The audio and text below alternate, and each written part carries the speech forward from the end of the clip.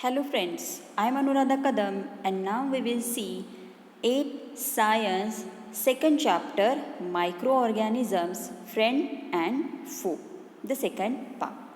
Now just see in the last video you see that what is mean by exactly the microorganisms and their classification. Microorganisms are the microscopic animals or the organisms which we are not able to see by our naked eyes, and they are classified into fungi, algae, protozoa and bacteria. Viruses are also microscopic, but they are not included as a in the classification of these means in this classification of the microorganisms. What is the reason? Because they are inactive when they are in a free state. Now we will see what is the relation or how these microorganisms and we deal with each other. So the microorganisms play a very important role in our lives. Some of them are beneficial in many ways, whereas some others are harmful and cause diseases. So just we will study about how these microorganisms are beneficial to us and how some others are harmful and how they will cause the diseases. Now first we will see the friendly microorganisms. Microorganisms are used for various purposes. The bacterium Lactobacillus converts milk into curd. You are aware that in making of the curd or the bread or the cake, they are used, microorganisms are used to make these some food items also. Bacteria are also involved in making of cheese, pickles and many other food items. Acetobacter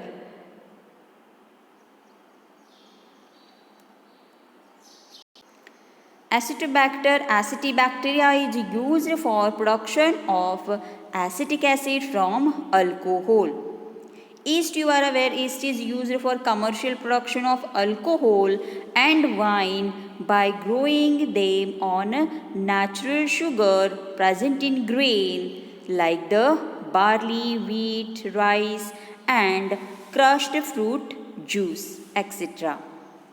Yeast is also used for making of bread also. Now see, antibiotics are manufactured by growing specific microorganisms and are used to cure a variety of diseases. You are aware that if you are feeling uneasy or if you are not feeling well, so we are going towards the doctors, and doctors are giving us some antibiotic medicines. So these and to manufacture these medicines, the specific microorganisms are used. Some microorganisms reside in the root nodules of leguminous plants. They can fix the atmospheric nitrogen from the air into the soil and increase the soil fertility. Are you able to name that microorganism? Yes, it is the rhizobium.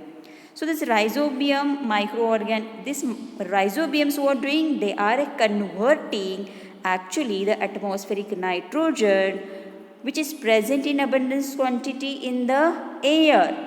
78% of the percentage of the composition of the air is made with the nitrogen only, but leaves and we are not able to take or use the atmospheric nitrogen.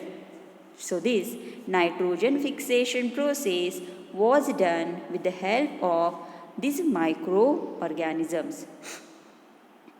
Specialized bacteria convert nitrates and nitrites present in the soil into nitrogen gas, which is released in the atmosphere. As you are aware, the cycle should be maintained. Okay, so as the atmospheric nitrogen is used, it is necessary to release that much nitrogen in the atmosphere. And this work is also done with the help of microorganisms. Now, some microorganisms decompose the organic waste like the dead plants and animals into simple substances and clean up the environment. You are aware that a crow or some means they are crow is there. You have seen so many times the crow is eating the dead animal. So in this way they are actually cleaning the environment. Now we will see harmful microorganisms. So some microorganisms are harmful to us. So the disease causing microorganisms are called pathogens. Some bacteria like the lactobacillus, they convert milk into curd, so they are helpful. But disease causing microorganisms are considered as pathogens. Common ailments like the cold, influenza and the most cough are caused by the viruses. So various diseases means they are very simple, what we can say, they are very common. Means if we are suffering from the cold and the flu, it is very common, and these or such diseases are caused by the viruses. So serious diseases like polio and chicken pox are also caused by the viruses. Just we have seen a very short term or the short period diseases are there which is caused by the viruses. Like that, some diseases are very serious. Means once the person suffered from the polio, it life means the effects remains all over the life. They are not able to walk properly. You have seen some such peoples who affected by the polio. And yes, in a whole world, actually it is fighting against the polio, and in our India also we are taking, or means the small kids or the small children are given the polio dose. Correct? Now see, the diseases like dysentery and malaria are caused by the protozoans. Sometime you are aware that we are sometime we are suffering from the dysentery and malaria.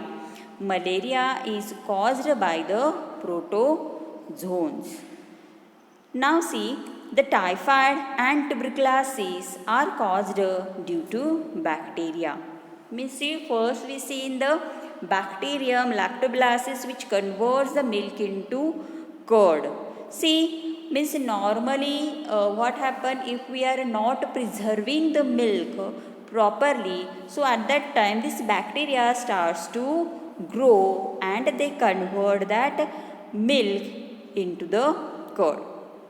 So this is beneficial also, and sometime this growth is actually we don't want to make the curd, but if we are not make it hot, or if we have not preserved, if we not kept it in a fridge, so what happen? These bacterium starts to germinate. Now see, some common diseases, their modes of transmission and preventive measures are given in this table. So just see the tuberculosis is there, chicken pox, polio, measles. So they caused by the bacteria and the viruses. Yes, they are the, if we consider the mode of transmission, so the mode of transmission is air, contact or the water. If we consider their prevention measures, it is general only. So actually such peoples need to kept completely isolated and keep the personal belongings of the patients away from those of the those of the others. Vaccinations at suitable age and time. You are aware when you are in a small, so at that time your mother is giving you the vaccinations. Means every child actually is means our government is given the chart that at which stage of the age the child should be vaccinated. So these vaccinations need to give at the suitable age. Now just see the human diseases like cholera. So cholera is caused by the bacteria. It is it is water and food borne disease. And if we see the prevention measures, so maintain the personal hygiene and good sanitary habits. Consume properly cooked food and boiled drinking water. Yes, vaccination is also one of the prevention measure. Now we will see the hepatitis B. Hepatitis B is caused by the viruses and it is waterborne disease. Means it gets spread through the water. And if you see, if it is waterborne diseases, so how we can take precaution? So we need to drink the boiled drinking water. And last, malaria. Malaria is caused by the protozoa. From the protozoa, if we consider the mode of transmission, so it caused because of the mosquitoes. And for prevention measures, if it is caused by the mosquitoes, so we need to use the mosquito repellent coil or spray to avoid the growth of these mosquitoes. We need to control the breeding of the mosquitoes by not allowing water to collect in surrounding. Just see, foot and the mouth disease of a cattle is caused by a virus. Okay. Now, as we see in some human diseases, plants are also suffer from these diseases which caused by the microorganism. So here also the bacteria, fungi, viruses, they affect the plant, and if we consider the mode of transmission, it is air, sometimes insects and seeds, and through this the diseases get spread like rust of wheat, yellow vein, mosaic of the bhendi, okay, or the citrus canker. Now see, these are the diseases which caused by the microorganism. Just one more thing, you have heard about the food poisoning.